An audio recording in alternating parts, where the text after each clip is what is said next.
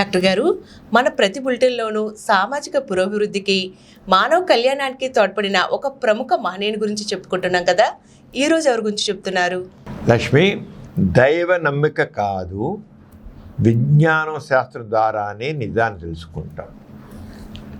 దైవ నమ్మిక ద్వారా కాదు. దైవ నమ్మికల ద్వారా మనం ఏమీ తెలుసుకోలేము. ఏమైనా దైవ నమ్మిక పెట్టి చూసి తెలుసుకునేది అది నిజం అవ్వదు, చాలా వరకు అబద్ధాలు అవుతాయి.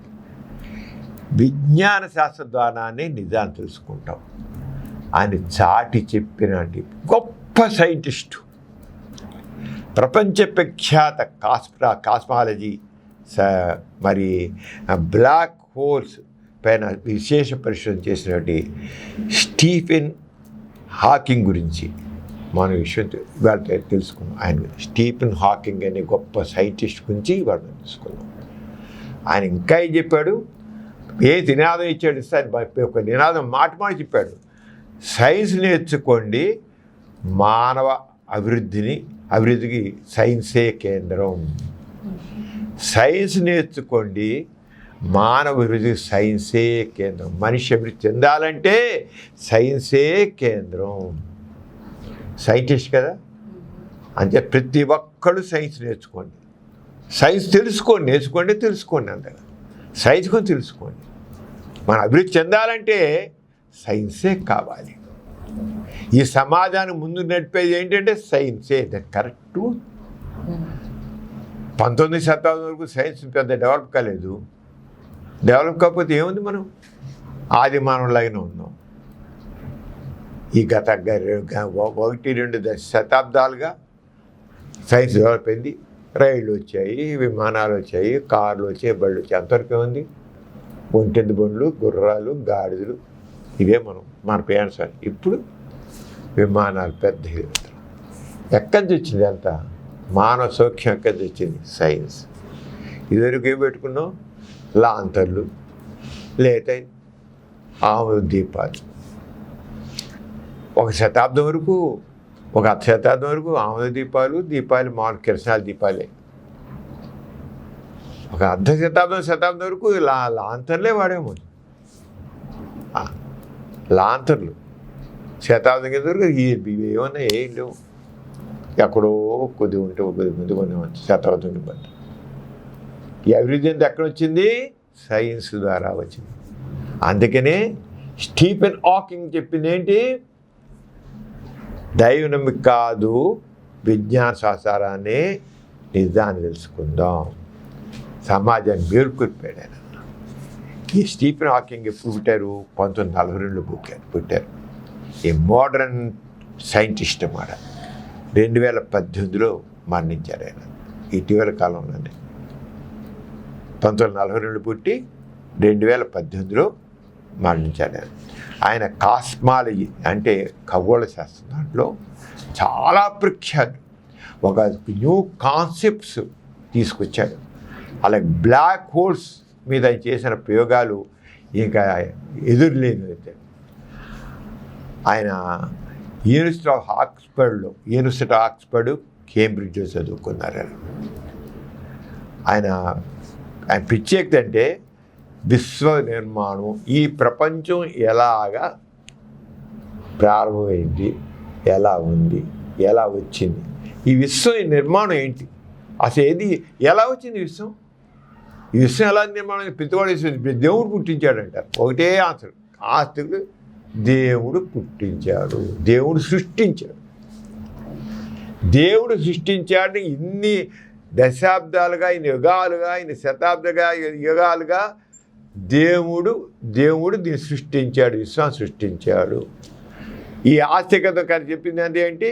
ఈ భూమి ఉంది, ఈ చుట్టూ కనబడే నక్షత్రాలు, కొద్దిపాటి నక్షత్రాలు, అంతే. ఇదే విశ్వం అంతే. నూతిలో కప్పలు. ఈ యుగాలుగా ఆస్తికులకి విశ్వం అంటే ఏంటి? మనకు కనబడేదే విశ్వం. నూతిలో కప్పలు ఉన్నాయే, నూతిలో కప్పలకి అదే లోకం. ఆరగిన ఆస్తికులకి ఈ కనబడే కాస్తే విశ్వం. కానీ ఎప్పుడైతే సైన్స్ ఖగోళ శాస్త్రం వచ్చిన ఓరి నాయను ఎంత మనం అసలు మనకు అంతు పట్టింది, అంత మనకు అందనంత దూరంలో విశ్వం విస్తరించింది. అసలు ఆ విశ్వం ఎలా విస్తరించింది, ఏ రకంగా విస్తరించింది? బిగ్ బ్యాంగ్ థియరీ మొట్టమొదట ఒక బిందువులా ఉండేది. అవన్నీ బిగ్ బ్యాంగ్ థియరీ మళ్ళీ ఓ బిందువు, ఓ చుక్క, అది మహోన్నతమైన శక్తివంతమైనది బిగ్ బ్యాంగ్ థియరీ. అంటే ఆ విషయంలో బిగ్ బ్యాంగ్ థియరీ ఏది చెప్పాడో దాన్ని ఇంకా ఇంకా ఇంకా ఇంకా ఎన్లైజ్ చేశాడు ఈయన. ఇంకా ఇంకా ఇంకా ఇంకా ఎన్లైజ్ చేయడమే కాదు, ఎన్నో కొత్త విషయాల్ని కనిపెట్టాడు. అంత గొప్ప మేధావి స్టీఫెన్ హాకింగ్. అంచేత ఆయన చేసే విశ్వ నిర్మాణం బ్లాక్ హోల్స్ అనేవి సైన్స్లో చాలా ఎక్కువ వాడతారు. బ్లాక్ హోల్స్ ఉన్నాయని. ఆ బ్లాక్ హోల్స్లో ఏంటంటే నక్షత్రాలనే మింగేస్తున్నది. వాళ్ళు చెప్పేంటే ఆ బ్లాక్ హోల్స్ నక్షత్రాలను మింగేస్తుంది ఎంతవరకు సైంటిస్టులు అనుకున్నారు. ఎందుకంటే సూర్యుడు నక్షత్రాలు, సూర్యుడి కంటే ఎన్నో రెట్లు పెద్దగా నక్షత్రాలు మాయమైపోయాయి. ఏంటంటే బ్లాక్ హోల్ అనేది దాన్ని మింగేస్తున్నాయి అని వెనకాల నమ్మారు. అది మింగేస్తుంది. కానీ ఈయన ఏం చేశాడు, బ్లాక్ హోల్స్ మింగడం కాదు, దాంట్లోంచి వచ్చే రేడియేషను దీన్ని మాయం చేసి మసి అయిపోయి చేస్తుంది.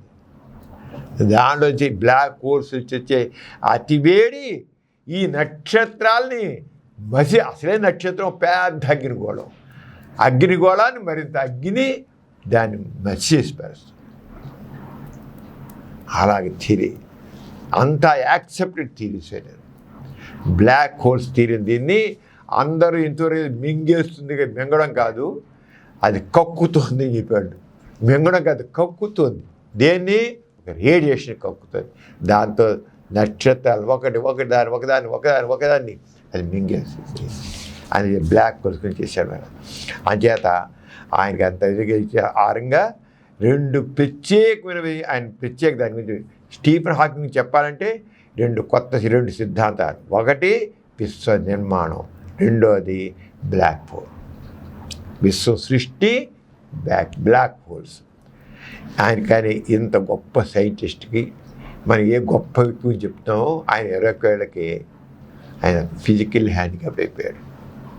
మస్కులర్ డిస్ట్రఫీ వచ్చింది. మా కండరాలు పనిచేయడం మనిషి ఒక కుర్చీకి వీల్ చైర్కే పరిమితం అయిపోయాడు. కానీ కండరాలు బలహీనమైపోయాయి, నడవలేడు, కూర్చోలేడు, ఏం చేయలేడు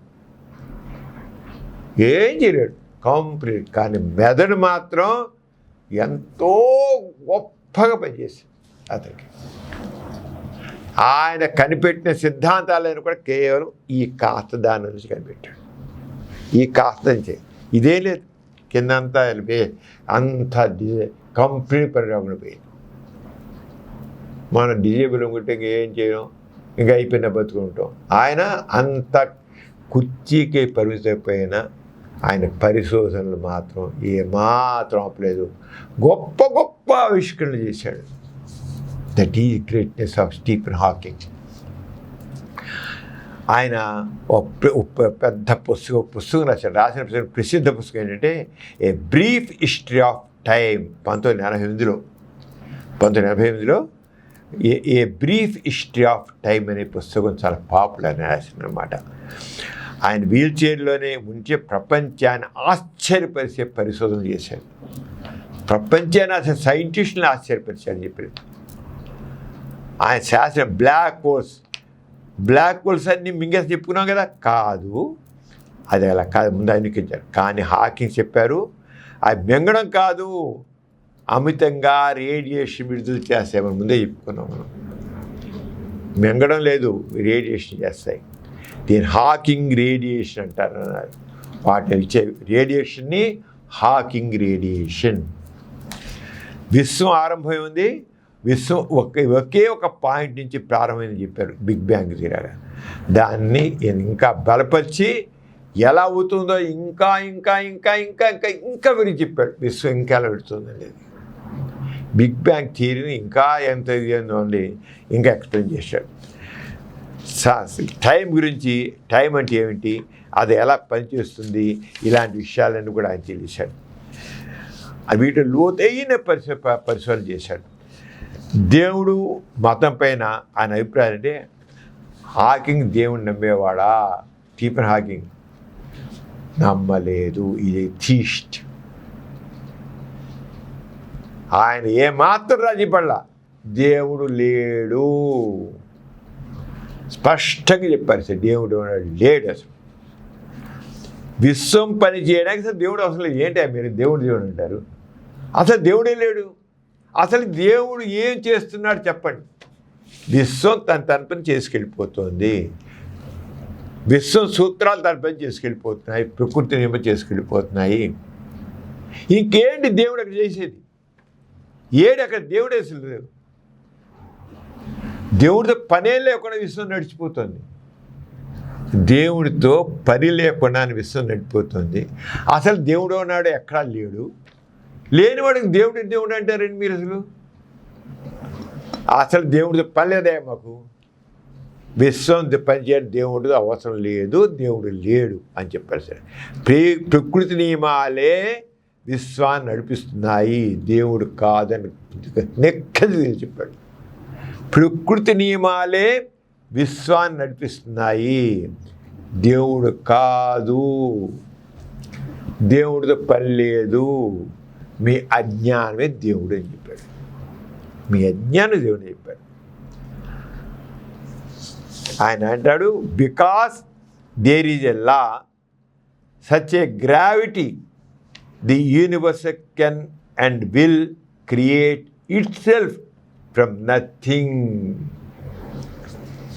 ఏమన్నాడనా? బికాస్ అని చెప్పి దేవుడే లేడు, విశ్వం ప్రకృతి నియమాలే ఈ విశ్వాన్ని నడిపిస్తున్నాయి అన్నాడు కదా. దానికి ఏం చెప్పాడు? Because there is a law such as gravity the universe can and will create itself from nothing అని ఆయన చెప్పారు. అంటే గురుత్వాకర్షణ వంటి నియమాలు ఉన్నందున విశ్వం స్వయంగా ఏర్పడుతోంది. ఇంకా ఆయన మతం గురించి ఏం చెప్పాడు?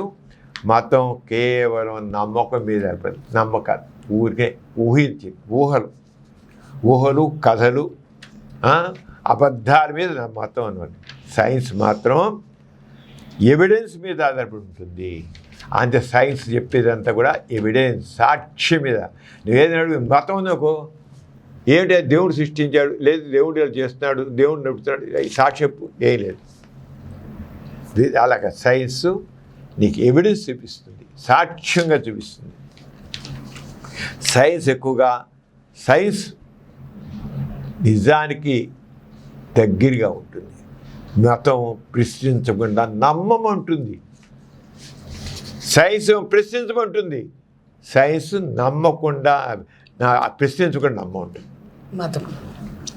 మతం ఏముంటుంది? ప్రశ్నించకుండా నమ్మంటుంది. ఆయన మానవాళికి ఇచ్చే సందేశం అంటే, ప్రతి ఒక్కళ్ళు జిజ్ఞాస కలిగి ఉండండి.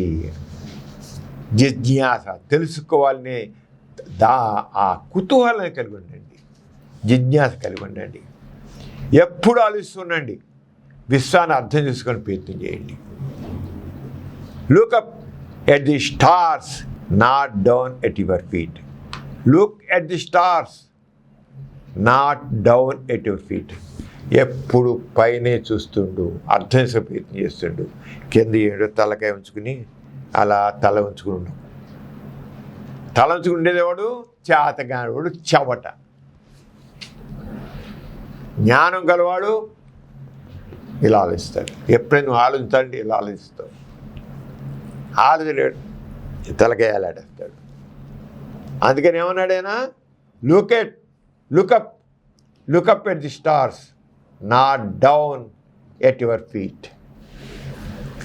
విశ్వం అర్థం చేసుకొని ప్రయత్నించండి. కష్టాల్లో కూడా ముందుకు సాగండి. ఎందుకన్నాడు కష్టాల్లో కూడా ముందుకు సాగని తీవ్ర వ్యాధి ఉన్నప్పటికీ ఆయన ఆగలేదు. ఆయన సందేశం అంటే శరీరం బలహీనమైనా మనసు బలంగా ఉండాలి.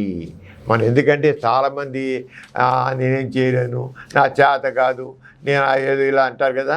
అంచేత శరీరం బలహీన మనసు బలంగా పెట్టుకో. మానవుడికి సైన్సే కీలకం. ఆయన సందేశం మానవుడి సైన్సే కీలకం.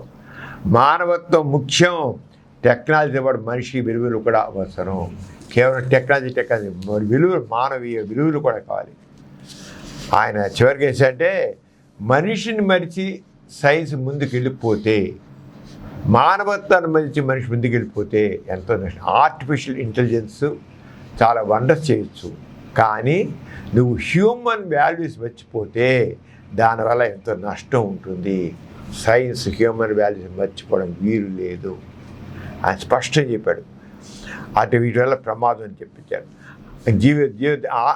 స్టీఫెన్ హాకింగ్ జీవితం మనకి ఏం చెప్తుందంటే దేవుడు అవసరం లేకుండా విశ్వాన్ని అర్థం చేసుకోవచ్చు.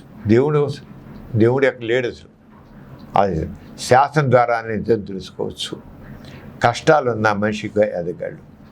Be curious, keep learning and never give up. ఆయన ఇచ్చిన స్లోగన్ ఏంటంటే యంగ్ పీపుల్, యంగ్ జనరేషన్ మరీ ఎక్కువ చెబుతున్నాను నేను, be curious, keep learning and never give up your hope. అలాగా ఉంటే జరుగుతుంది. ఇది స్టీఫెన్ హాకింగ్ ఆయన ఇచ్చిన సందేశం. మనం నిజంగా సైంటిస్ట్ అంటే అలా ఉండబట్టే ఈ సమాజం ముందుకు వెళ్తుంది. వాళ్ళు తయారవ్వాలి, అందరూ తయారవ్వాలి. యంగర్ జనరేషన్ మరింత తయారవ్వాలి. ఈ కార్యక్రమం మీకు ఎంతో నచ్చింది కదా. ఇటువంటి మరిన్ని వీడియోల కోసం అనతి కాలంలోనే 21 కోట్ల వ్యూస్ సాధించిన సమరం ఛానల్స్ సమర్పించు ఎథిక్స్ సెంటర్ ఛానల్కు సబ్స్క్రైబ్ చేయండి, లైక్ చేయండి, మీ ఫ్రెండ్స్కి షేర్ చేయండి. అలాగే ప్రక్కనున్న గంట సింబల్ని ప్రెస్ చేయడం మర్చిపోకండి.